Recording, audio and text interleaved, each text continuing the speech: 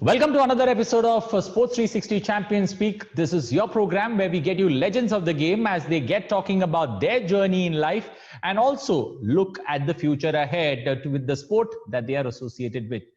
This week's guest needs no introduction. She is the poster girl of Indian track and field for long.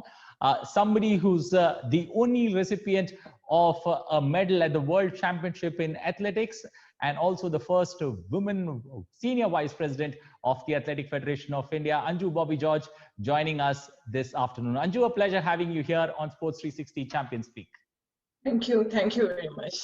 Anju, starting up, are you, you've got an academy rolling. Are you trying to now cash in on your image, that you had over the years, and this is, Anju Bobby George 2.0 version that you get to see? No, actually, it was my dream. Actually, after my sporting career, so it was not only mine. It was me and Bobby. It's a combined effort from both me and Bobby, because this is, I think, the first of its kind in India or maybe all over the world. An athlete who got the who got the medal from the World Championship, and a coach who produced the medal. Okay. So this, we both are together, and I believe it's easy for us to convince our young talents that we already did and we already showed. Okay. So if we say something, it's easy for them to believe. Okay. And Bobby, so Okay. I can say that he is the best coach from India. So India ever produced, and so what we gained through our career throughout these years, so we can transit that very easily to our next generation, and I think the girls they will accept that, and they will show the result maybe in 2024. Okay, but looking at the post-pandemic new normal that we are in, was it a big challenge getting everything through, considering that there are many new changes that have come about, especially when it comes to training camps, athletic centers like this. So was it difficult putting all this together? Yeah, definitely, because last 1 year it was like kind of difficult year for the entire world, and even especially in sporting fraternity, because Olympic year. So we postponed the Olympics, and training without there's no certain thing now. Everything is like uncertain. So so training was a difficult task. Okay. And yeah, even coaching, because we train our athletes through WhatsApp and YouTube and all sort of things, but still it's an outdoor game, and definitely the coach should be there to monitor. And see, there are a lot of restrictions. Our athletes are inside, so a lot of restrictions there also, and for us also, for going there and giving training. Even for athletes, they quarantined for such a long time till December, and now the competition season started. So the first competition they missed, actually only 1 month they got training, and see, yeah, it's not only for us. I think the entire world athletes face the same thing. But Anju, looking at making use of that brand Anju, was it difficult then when you were playing and when you decided?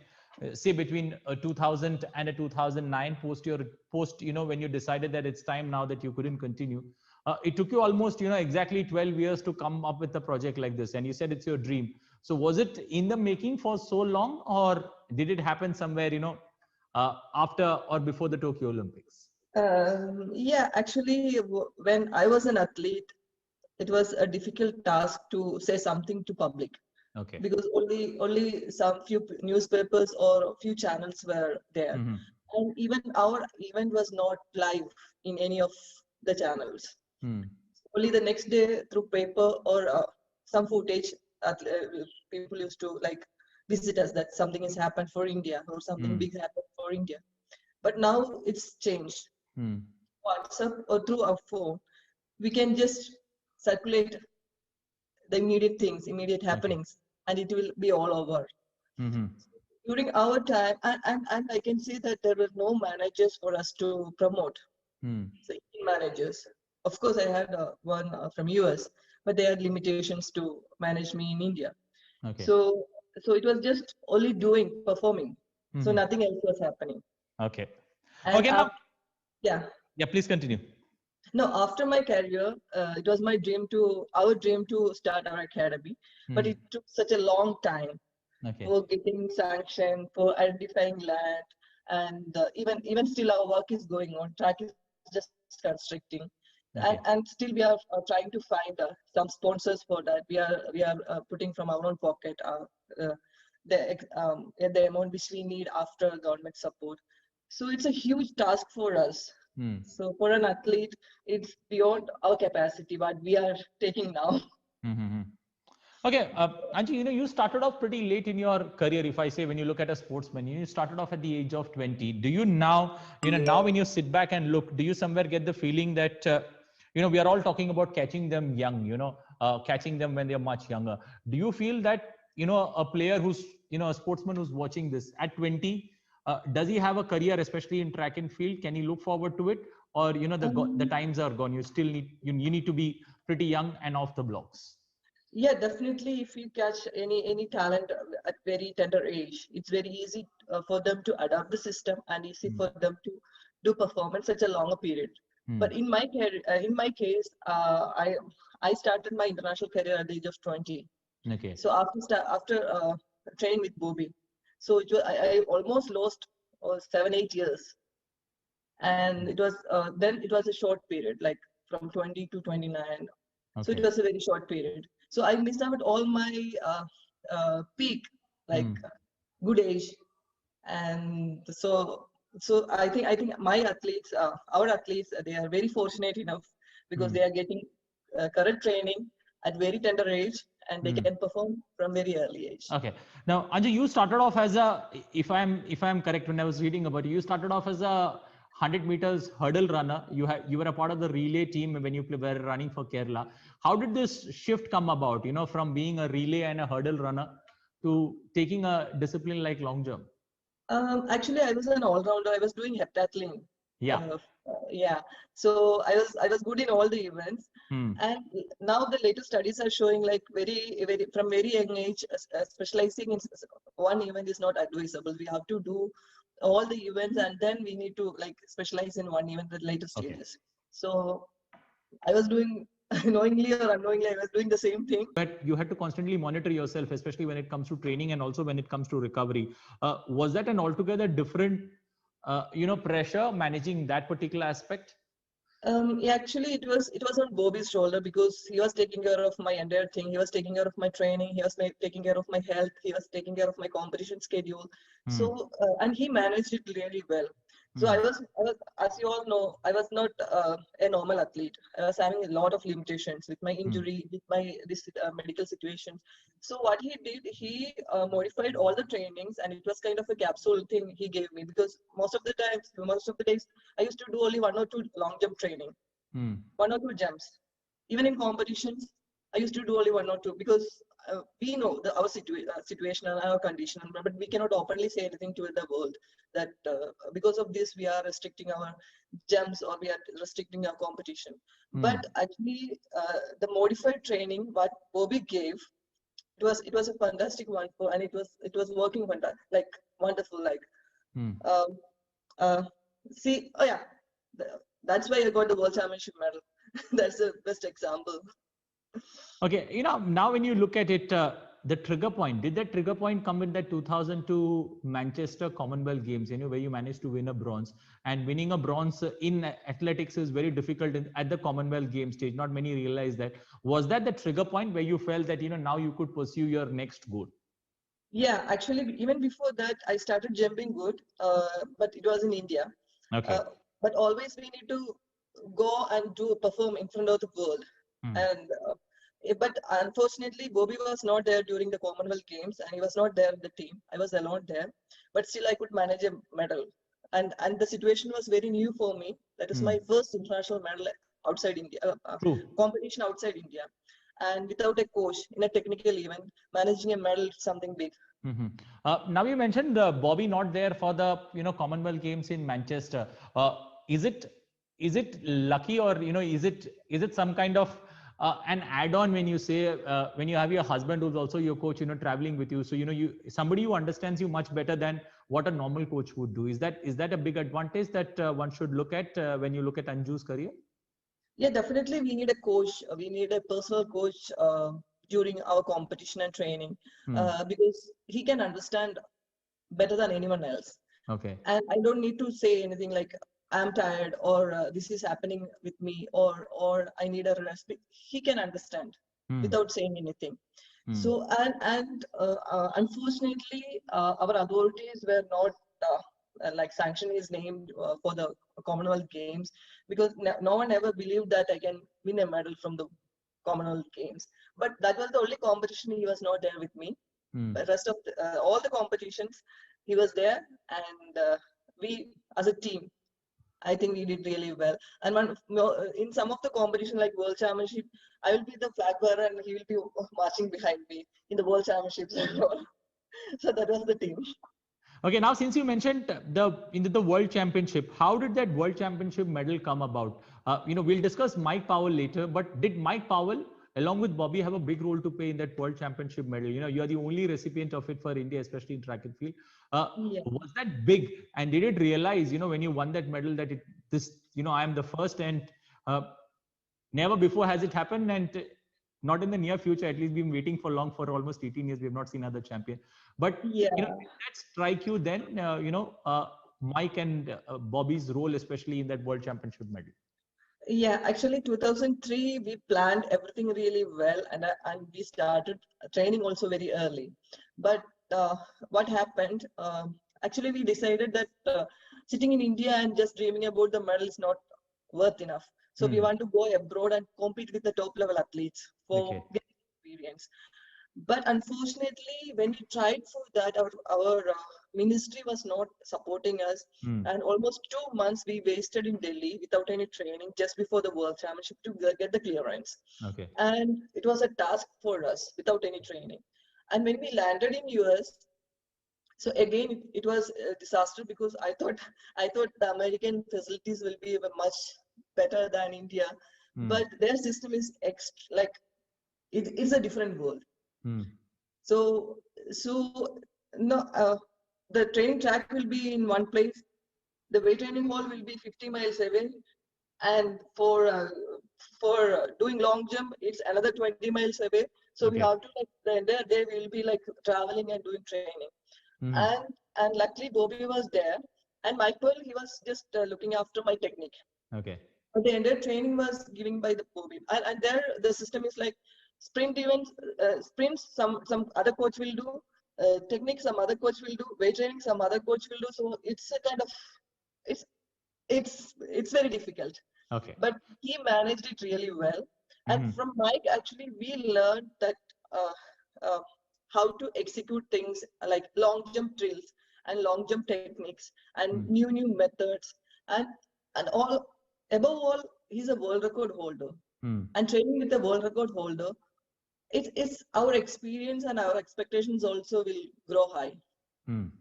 And from there I got the chance to compete in the Golden League, Super Grand Prix, and all the top competitions. And from 61 to 4, it was a huge jump in my ranking.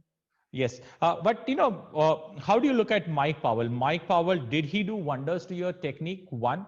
Secondly, Americans have a single span for training. Unlike in India where we have a morning and an evening schedule. Americans generally follow a single track training. Was that difficult? Adjusting to that format, especially considering the medical situation that you had. Yeah, definitely, because actually for them it's only 4 days a week we have training from morning till evening, Monday, Tuesday, Thursday, Friday, and Saturday, Sunday is rest, Wednesday is also rest, but it's a long span. And initial days it was very difficult for me to adjust with. And Mike, actually what we learned, they are masters in sprints, and long jumpers need speed and the techniques. And see, those days collecting information from anywhere, it was not easy. And we were always running 3-4 years or 5 years behind than the Europeans or Americans. And if we go there, we can immediately learn things. So that is what happened there. And yes, of course. But yeah, just 20 days before, after all these competitions and after all this travel and all these things, I was in a very bad condition. My body was not, it was showing a very dangerous signs. Okay. And the doctors advised me to go back to India and Mm. take rest for 6 months. Mm. But from there, that 20 days, Bobby, uh, with his coaching and with his mentoring, from nowhere to that podium, it was just a span of 20 days. Mhm. Now, coming to the 2004 Athens Olympics, the Summer Games, expectations of a medal from Anju, trained under Mike Powell, reached Athens. That 6.83 is still a national record, but, uh, were you somewhere burdened with that expectation there? India expected, I still remember that event coming live, and India expected Anju to get a medal. Was there, a sea of expectations that put extra burden on you when you entered the track on that particular final day? Yeah, definitely. That is one point because expectations was much higher. Hmm. And after my first round, they took me for doctors, and that competition was in the evening. So I started from my hotel somewhere in the afternoon, and that entire night I was waiting there for the doctors. And when I came out, the entire media was waiting there. So I gave almost 1 hour, 1.5 hours interview. And when I reached back to my hotel, it was next day morning 5:30. Okay. So that much I lost. And when I came for the competition finals, I was completely out. I Hmm. was I was having fever, and I was having, I don't know how to explain. My Hmm. health was like that bad condition. And I told Bobby that I'm not going to compete because I was not even able to look up. Okay. My head was like I don't know how to explain that. But he told me that no, this is finals, this is Olympics, and the entire India is watching for you. You have to do. And after Hmm. my first jump, I was just draining out. Hmm. So I But couldn't even compete. okay, that particular, it's a national record that you said, but did you look at that as a failure? And did that particular 2004 Athens Olympics teach you more than what victory taught you at many a times in life? Yeah, definitely, because I was jumping much higher than that, and I was always crossing 7 meter plus in Hmm. competitions. And in some competitions, but it was just when foul, less a few millimeters foul or something. But in training, I was always crossing 7 meters, and I was in a great shape. And I was even in first round, I cleared above 7 meters in my Hmm. first jump. It was, but well behind from the board. So and I was the first one who qualified from the first jump. Hmm. So it was it was an easy task for me to just jump above 7 meter and get a medal. But unfortunately, because of my health condition and because of all these expectations and all these things, it was a what to call um, disaster.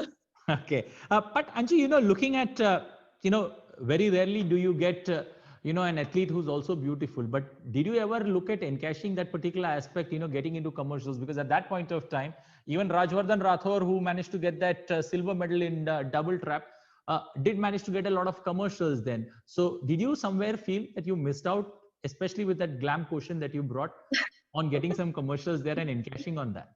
Yeah, definitely. I have got lot of endorsements those days, but um, I was not in a state to take everything. I was always training and traveling abroad.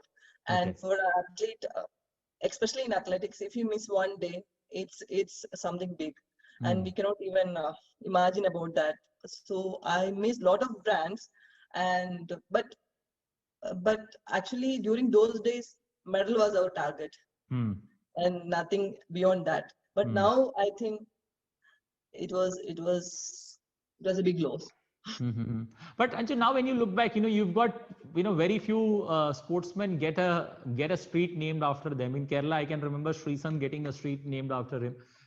Another sportsman, the you and along the volleyball player who got a street named after there in Kottayam. How does that particular feeling be when you drive down on that street that's called Anju Bobby George Street? Yeah, it's uh, always happy moment because uh, it's a recognition for our Hmm. effort. Okay. But about that, my brother-in-law, Mr. Jimmy George, he got a road and a stadium in Italy in True. his name. So I think he is the first Indian athlete who is getting something outside India, and no one knows about that. We are in an Olympic year that's delayed. How difficult is it for an athlete?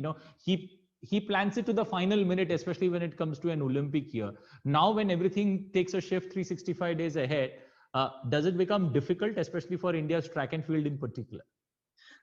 Actually, Olympics, we athletes we start our training and preparation 1 year before. That even in that 4 year span, we are just getting ready. But that 1 year before, we'll be completely focusing for that day and that particular time. Okay. But if all of a sudden something happens, this is for I think it's very rarely it happens, like Olympics postponement, like all sort of things. But it's very difficult for each athlete and coaches to make them compete in that particular event and bring that peak, because we need always the peak. It's with the mediocre performance we cannot do anything. We need the peak. So it's getting peak on the right time. It's a difficult task now, because still we don't know will it happen or not. Okay. So without like no, and no one, we cannot ask anybody, and no one is able to give a set answer for this question. Will it be happening or not? Okay. But Now still looking we are at the training for that. Now looking at the Indian talent pool that we have in track and field that's qualified for the Olympics, do you seriously consider that we've got an outside chance for a medal in 2021 Tokyo? Yeah, it's too early to say, because athletes are still yet to compete. Because after 2-3 competition, we will get an idea where they stands. Okay. And without a competition, predicting something in athletics is, because that's the toughest event in Olympics, and prediction is again a tough task. So after 2-3 competitions, we can say something about our standing. Now looking at, you come from the state of Kerala, which is considered to be the nursery when it comes to athletes coming into the Indian stable. Do you somewhere feel that Kerala manages its sportsmen much better, as a result of which we are continuously or regularly getting people, especially in athletics and track and field? No, actually, Kerala is one state from very tender age. Athletes are getting encouragement, like from the school state. Okay. The Kerala school state they are celebrating like Olympics, and they will be all over the newspaper, all over the channels. And from very young age, sports is a must in Kerala, along with education. So, but now every state is doing the same thing. But initial stages, it was the situation like that. And parents also, they used to encourage their kids. If you're talent, just go. That was their mentality. That's why I think from Kerala there are a lot of talents and a lot of great athletes. Okay. Have you picked many athletes from Kerala, or does your academy focus on a pan-India presence? You're looking at talent from other states, and you seriously believe that there is athletic talent that's in many parts of India, say in Uttar Pradesh or even up north. Yeah, most of our kids are from North India now, and we don't have any Kerala athletes in our academy at present. Okay. Yeah. So it's a kind of like we are searching talents all over the world, like all over the country, and wherever talent hiding, like if they are coming to us, we are picking. Okay. But I believe someone will come soon from Kerala also. Okay. But since you mentioned your association with Mike Powell and the changes that he brought about in your technique, are you still in touch with him, and do you plan to get him for your academy, so that we could be looking for another Anju Bobby George, maybe in male or female, but Mike Powell, the way he transformed you, maybe we're looking at transformation in you getting the next Anju? Yeah, actually I trained with Mike only for 2 months. That was very short period, 1.5 months, 2 months. Other than that, Bobby was my real coach the entire career. So he is again here with our athletes. Mike, of course, he is our mentor, and we are planning to bring him for a shorter period for even for our athletes. Okay. So it's a kind of like he is still a world record holder, and his experience is immense. Like as a national record holder, I know what's my experience and what's my knowledge about long jump. So he's a world record holder, and his knowledge is something different. So other than coaching, he can mentor our athletes, and he can. He is like always ready to teach. Okay, now when you look at, you're the first female senior vice president of the Athletic Federation of India, and looking at one of your medals turning from silver to gold after 12 years, do you somewhere feel that you are, as an athlete and now as an administrator, you are going to be the flag bearer against doping, especially doping that takes place all over the world? Yeah, doping is a crime, and it's not possible for anybody to stop the crime. It's everywhere, and if it's a personal choice. If you want to do something bad, it's your choice. Okay. And from outside, how long we can teach them, or how long we can prevent such incidents. So do you somewhere feel that the athletic biological passports, that's an ABP that one one is looking at, could that be a big way in deterring cheats, especially in athletics? Yeah, definitely. That biological passport, it will help the authorities to track each athlete. And if there is any big variations, they can count it as doping, even if their samples are still negative. Okay. Yes. So that can, I think that can change the entire system. Okay. Now looking at, back home in India, we generally see that, NADA officials land up at national camps and you see athletes are missing. How do you, as an administrator, how do you plan to, tackle this particular issue? Are you going to ask athletes to, give affidavits? What's the way ahead, especially when it comes to national campers skipping or taking leaves abruptly when, NADA officials come, visiting, looking for or taking samples? Yeah, it's a big offense, because if 3 missing tests means it's they are getting banned. So, but still we can. It's just like a crime, like taking banned substance or not giving you a sample. It's both the same way. So most of the athletes in the camp, they will be there, but someone doing training outside, it's a very difficult task for the authorities to catch them out of 10 competition testing. So but the thing is that if you're going for a world championship or Olympics, and if you're winning a medal, without 3 out of 10 tests, they won't give the medal. So that's again there. But it will take time, but still we hope for the best. Okay. But now you've somebody who's enjoyed your stint, especially in long jump. But somewhere do you feel, this is the question that I keep asking every legend that I talk to, is there, do you feel that passion is just not enough? You need to have obsession if you want to succeed at the highest level as a sportsman. Passion is one thing. Definitely we need that. But we need the entire supporting system. Okay. And fortunately, Bobby was there with me, and he was controlling everything, even from coaching, even from travel, competition management, even massage. He used to give sometimes he was doing it was the all-in-one kind of thing.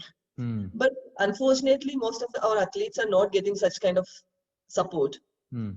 They may get a good coach, but other supporting system, still they are not able to get. So that kind of system we need to bring into our sporting world, and then we can aim for something big like a world championship or Olympics medal. So coaching or talent or passion is just a 50%. Okay. And that other 50% we need to yet to fill. Okay. So passion is just one part of it, and you got an enormous task up your hands as an administrator, putting all that rest of the 50% along with the passion that an athlete brings, so that India can look at a next Anju Bobby George, or India can look at glory, especially in the Olympic Games and the Asian Games in the future. It was a pleasure having you here, Anju Bobby George, and thank you and appreciate you joining us on Sports 360 Champions Speak. Remember, we're going to be back again next week with another great legend of the sport. Till then, keep watching DD India.